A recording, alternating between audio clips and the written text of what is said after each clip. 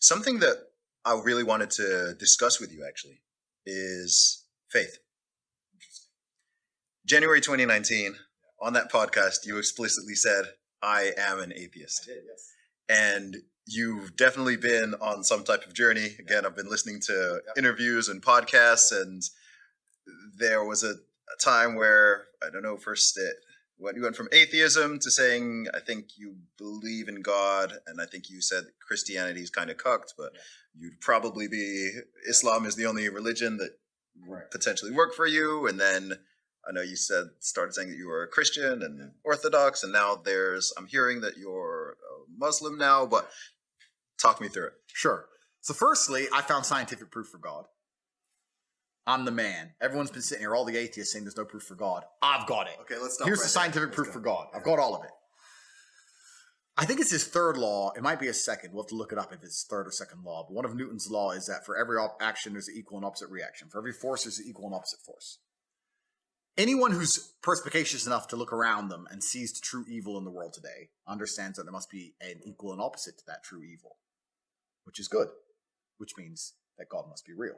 If all of the evil in the world today is the act of the demons and devil, and people will try and pretend it isn't, but if you truly understood things like the elites making you miss your grandma's funeral to laugh at you, like cutting up the dicks of kids because of a psyop on the Disney Channel, when you truly understand the level of evil in the world today, then you must understand the only equal and opposite force can be God. Another thing I've argued with atheists about, they don't understand that even God as a concept, even just as a concept, in and of himself becomes a real thing. If you have 1,000 people and those 1,000 people believe in a God, even if there's no man in the sky, but those 1,000 people believing in a God makes them act righteously, that even as a concept in and of itself, God is a real force. God, the idea as a force, is making the people act righteously. So God must exist in some form. So I understood that the thing that made me stop being an atheist is simply the amount of evil I saw around me. I was like, if this much evil, if Satan is going to appear, if Satan appears in front of you, you're going to have to say, okay, well then God must be real. And that's the point we got to. I realized there was so much evil and so much injustice. And what so specifically? It's just the endless, genuine, deliberate attempts at destroying the baseline morality of humans. Just making us believe that to the point where pedophilia isn't even bad anymore. Like incest is okay. Like things we know are wrong. We just innately know it's wrong. And they're just trying their best to destroy our moralities. And these moralities were installed in us by somebody or something. I believe God now. And they are attempting to destroy them. Who would attempt to destroy the baseline morality that was God-given? Satan. So if Satan is trying to destroy our morality, then God must be real. So equal and opposite forces, Newton's law proved God. So once I realized God was real, it's like, okay, then you have all these different interpretations of God, which is interesting. What's interesting about the Christianity-Islamic debate is that they're both Abrahamic. And also, people said to me, well, you're not from the Middle East. Why would you be Muslim? And it kind of makes me laugh. I say, Christianity, didn't that all happen in Palestine? Like, all of it comes from the same place, right? I'm not a scholar, so I don't want to get on the scholastic route. But Christianity and Islam have a lot in common. They worship a lot the same people. Islam has another book, the last book, which was the Seal. And truthfully, if we're going to step away from the scholarship angles and talk about the Bible and the Quran, etc., I look at it in a different angle.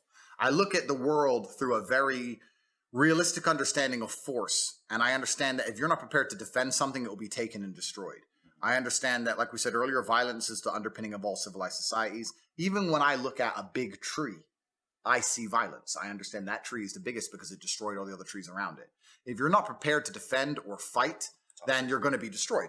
So when I look at Christianity in its current form, I don't think that they can be right in terms of their interpretation of God, because if they were correct, God would give them the strength to defend themselves. And they don't.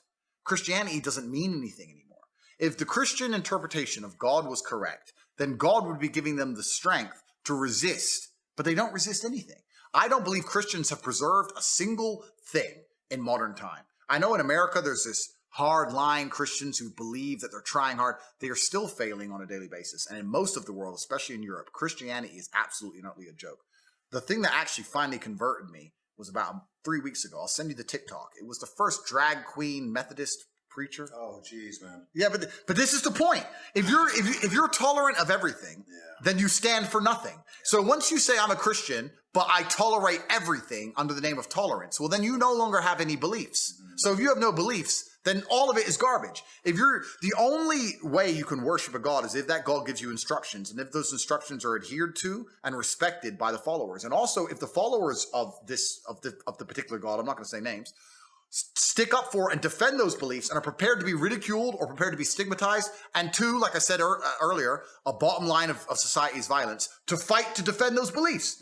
If you have a belief system that nobody will fight to defend, then you don't have beliefs. Just like feminism. If nobody fights to defend it, it goes away. Like Christianity, if nobody stands up for the rules, it goes away. There is one religion on the planet today in which people stand up for the rules, they stick by the rules, they refuse to be mocked, and they refuse to completely throw away their values and belief systems under the guise of tolerance. Because they don't want to be tolerant of everything. They said, no, we're not tolerant of everything, because when you're tolerant of everything, you have no morality. That's what we talked about earlier. Baseline morality means there's some things you're intolerant of because you're a moral person. So to be moral, you have to be intolerant to a degree. There's one religion on the planet, and that's Islam. So if I'm gonna worship God, and I'm gonna worship God in a way which is true to my own personal beliefs, also what I understand about the world, what I understand about strength, what I understand about defending ideals, then there's only one religion on earth I can respect. I can't respect Christians anymore. They set Notre Dame on fire. Imagine that was the other way around. Like, think about it for a second. I say this all the time. People walk around with t-shirts. Jesus is gay in TVs. They're making fun of Christianity on TV. They're mocking your God in front of your face, and Christians don't say a word. They don't say a word. They will take a preacher of whatever background which directly contradicts your holy book and put him in a church to teach to your children, and they will not say a fucking word. And then they sit there and go, well, they say tolerant because they're cowards. But the truth is this. If your interpretation of God and the world was right, I don't believe God would allow you to sit there and be such a fucking coward. That's what I don't believe. I don't think that God would allow you to do that. I think he'd say, no, you need to defend our ideals because our ideals are good for humanity, and Christians fail to defend them. So if they fail to defend them, they do not exist. There's only one religion left on the planet. Wow. That's Islam. That's it. But it's the only religion. It's so